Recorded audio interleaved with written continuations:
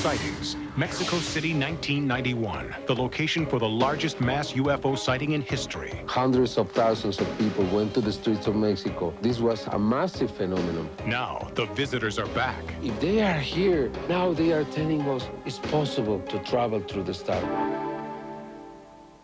Welcome to Sightings. I'm Tim White. Last year, Sightings brought you exclusive videotape of the largest mass UFO sighting in history. Wave after wave of unidentified flying objects were sighted by thousands of eyewitnesses in Mexico City. A sightings investigative team has been keeping tabs on the Mexico sightings and report that they are not only continuing, but they are growing in frequency. In 1991, thousands of citizens in Mexico City looked to the heavens.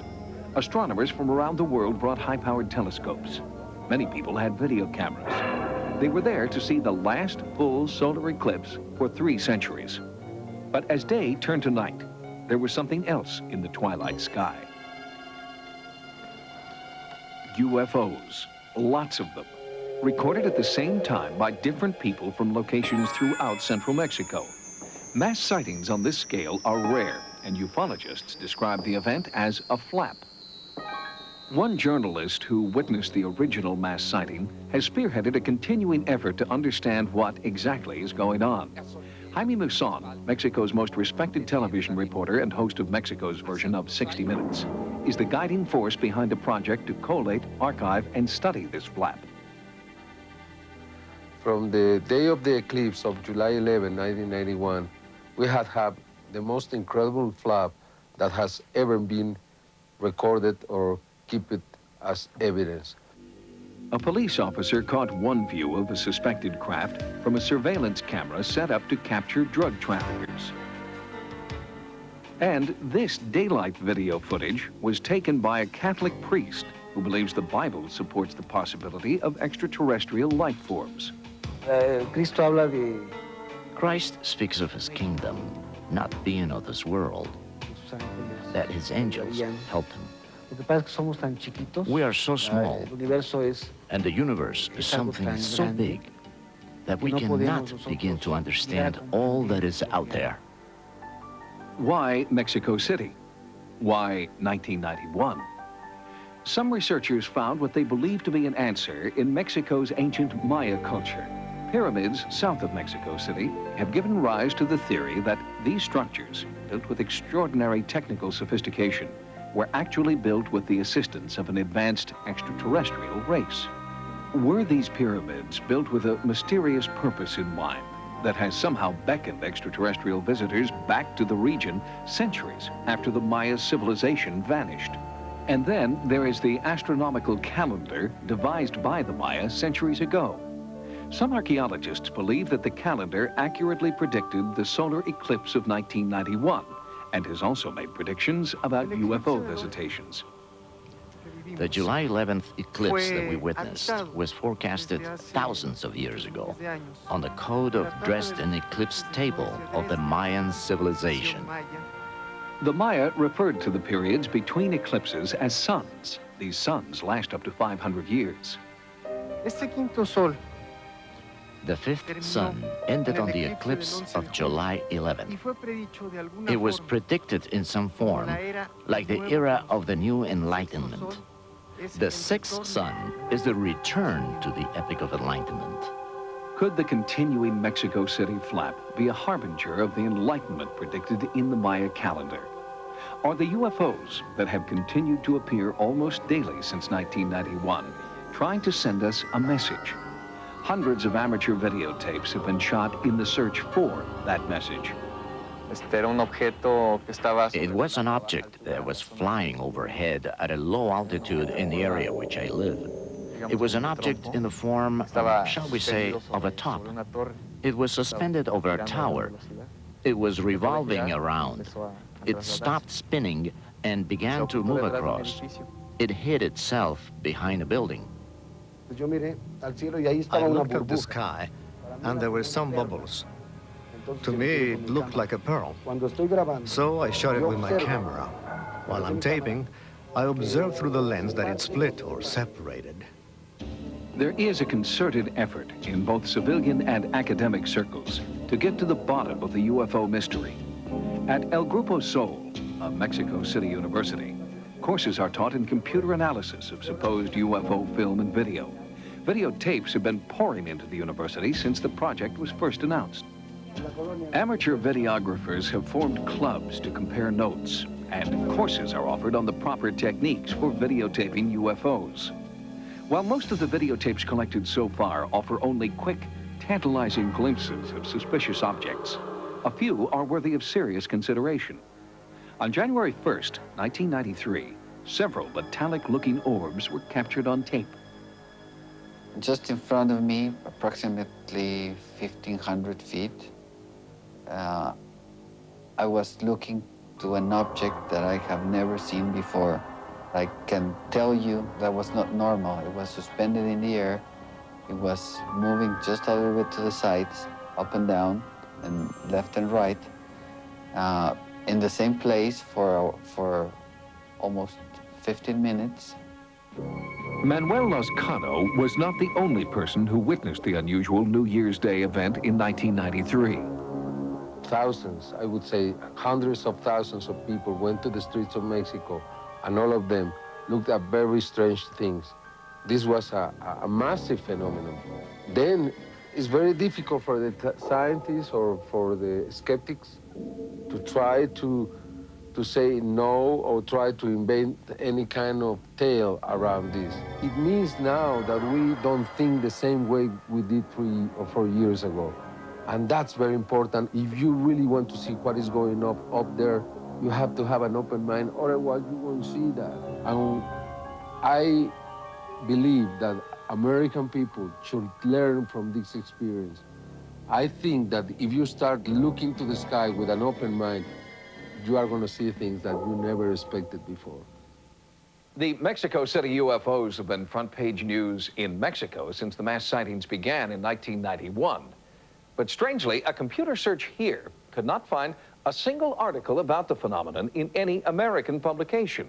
More on this suspicious discrepancy when Sightings continues. Next, our Mexico City investigation continues, and some believe the visitors have come with a message. Here we saw something flashing or strobing occasionally. What is flying over Mexico City? Well, even the most skeptical of experts Sightings interviewed agrees that the UFOs are manufactured craft with an independent propulsion system. What is in dispute is who is manufacturing them and who's flying them. The largest mass sighting anywhere in the world occurred over Mexico City on New Year's Day, 1993. Television and newspaper reporters couldn't chalk this one up to hysterical coups. We went to the building next door in order to tape the lights that all the people were watching. There were journalists and cameramen. First, there was one object, and then two. With that crucial event on January 1st, journalists throughout Mexico went from reporters to eyewitnesses. La Prensa is Mexico City's second largest daily newspaper. Reporter Genoveva Ortiz's account of the New Year's flap was front-page news. I arrived at the editorial room around 3:30 in the afternoon when we began to notice a commotion among the people in the streets. The people were coming out of their homes, all the automobiles were stopping, and everybody was looking up at the sky. A long time ago, there was this belief, I think among the media professionals, the journalists. But now with so many occurrences, we believe, and we accept things the way they are. Photos, videos, people's comments. They have shown us that something more exists, right? Not just us. While the ongoing UFO sightings are headline news in Mexico City, they remain virtually unreported in the American media. Are we missing a rare opportunity to learn about long-term UFO sightings? Why are journalists here so nonchalant about the Mexico flap? Sightings brought several of the Mexican videotapes to a video engineer in Nevada. He uses the same image analysis computer used by the Department of Defense to enhance raw satellite data. Because of the sensitive nature of his work, he is asked to remain anonymous. His analysis of the tapes revealed startling details that Mexican investigators had not previously seen.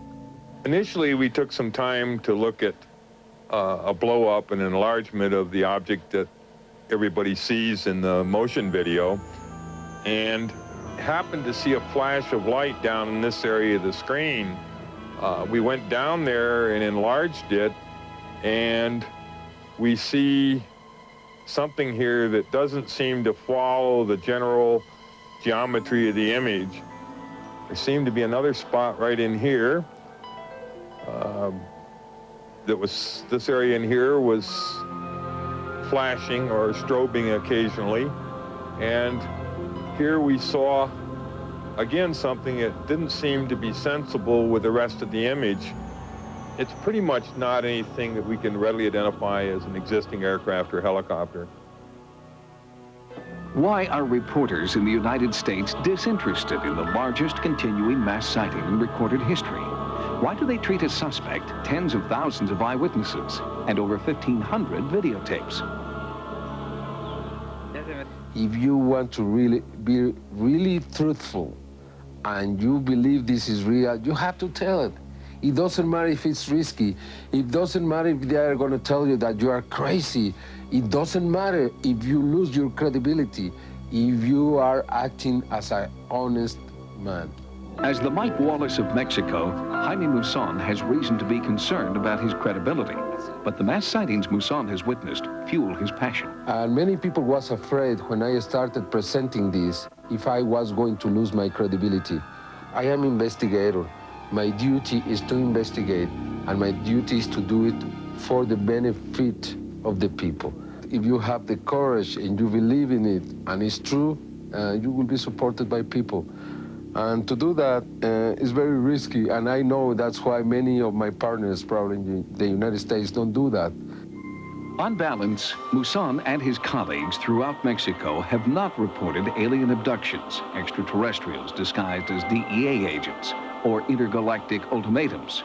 They are simply reporting what they are seeing and what they believe they will continue to see for years to come.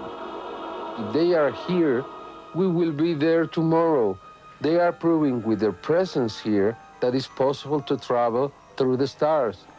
It's the only reason science hasn't accepted the presence of these beings here, because we don't know how to travel these tremendous distances in the stars or in the universe between the galaxies. But if they are here, now they are telling us, hey, take it easy, take it easy. It's possible to travel through the stars, and it's all that matters at this moment. Since this latest report was completed, Sightings has been contacted by a commercial airline pilot who claims that he was involved in a near miss between his DC-9 and a UFO. We'll bring you his complete story on an upcoming program.